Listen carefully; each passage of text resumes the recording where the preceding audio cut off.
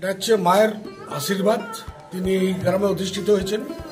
সুসিনার ব্যানার্জি পরিবার বংশোদ্ভূত বন্দিরাম বন্দ্যোপাধ্যায় বলে এক সাধক ছিলেন, মহাপুরুষ। তিনি এই বন জঙ্গলের মধ্যে মায়ের মন্দির প্রতিষ্ঠা করেছিলেন। ছাতনা রাজার আর যুদ্ধক্ষেত্রে জয়লাভের পরিপ্রেক্ষিতে তিনি এই জায়গায় বসতি স্থাপন করেন। সেই বংশ পরম্পরায় তার নির্দেশে মায়ের সেবা আমরা চালিয়ে যাই। গ্রাম্য সমস্ত মানুষ মনে করেন জিরার মা প্রত্যেকেরই ফ্যামিলি মেম্বার বলে চলেন। এখানে পূজার রীতি হচ্ছে নির্দিষ্ট নিয়ম নীতিকে মেনেই সবচেয়ে বেশি পূজা করার অগ্রাধিকার দেওয়া হয়। মায়ের আদেশ যারা বা ভালোবাসা বা আশীর্বাদ যারা পান তারা মায়ের পূজার্থে বিভিন্ন নিবেদন করেন, কেউ পশু বলিদানও দেন, যার ইচ্ছা মনের ইচ্ছা কামনা হলে উনি করেন।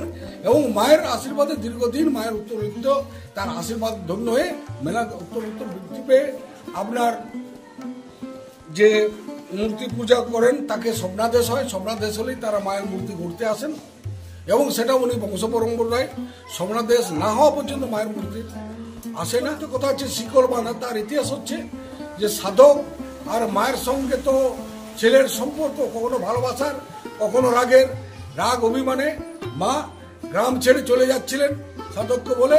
উনি কালী বাঁধ যেখানে মায়ের বিসর্জনের মূর্তি সেখানে পর্যন্ত চলে গেছিলেন গ্রাম্যবাসী।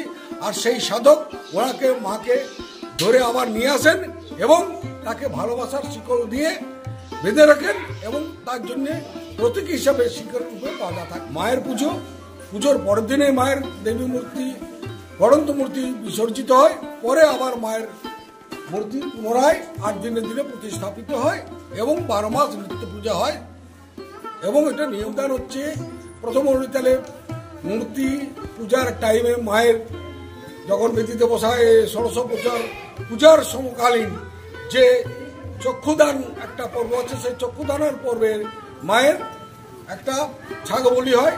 সেই ছাগ বলির যে কৃত মাংস রান্না করে মাকে আবার ষোড়শ বছরের ভোগদানে মাকে নিবেদন করা হয়। পরবর্তীকালে মায়ের আবার যে সকল ছাগ আপনার করা হয়, তারপর যতক্ষণ না তারপর দিনে সেই ছাগ বলিদান সম্পন্ন হচ্ছে ততক্ষণ পর্যন্ত এবং যজ্ঞ সমাপ্তি হচ্ছে ততক্ষণ পর্যন্ত কিন্তু আমরা কেউ ফুল প্রসাদ পাই না। এটা হচ্ছে আমাদের মায়ের মেলার বৈশিষ্ট্য এবং তাতে লম্বা সময় ধরে ওনাকে উপবাসী থাকতে হয়। আমার নাম হচ্ছে সন্দীপ ব্যানার্জি।